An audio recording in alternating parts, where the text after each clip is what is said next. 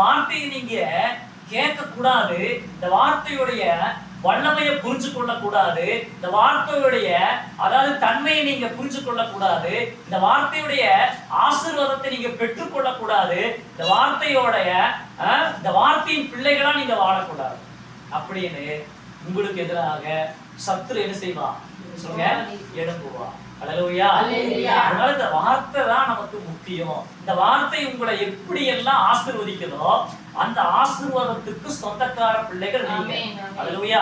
இந்த வார்த்தை உங்களை என்ன செய்ய சொல்லுதோ அதை நீங்க செய்யலாம், உங்களுக்கு ஆசீர்வாதம் வரும். இந்த வார்த்தை உங்களை என்ன செய்யக்கூடாதுன்னு சொல்லுதோ அந்த வார்த்தையை அந்த வார்த்தையை கேட்டு நீங்க அதை செய்யக்கூடாது. அல்லேலூயா.